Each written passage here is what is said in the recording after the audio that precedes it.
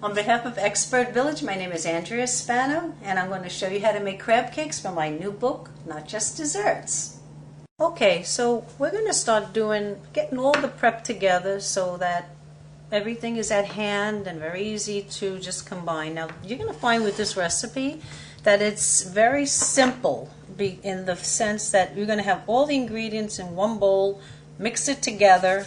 Probably the most difficult part or the most intricate part of the recipe is the making of the crab sauce, which will take a little bit more time and patience. But the basic first part of the recipe is just to combine all the crab cake ingredients into one bowl.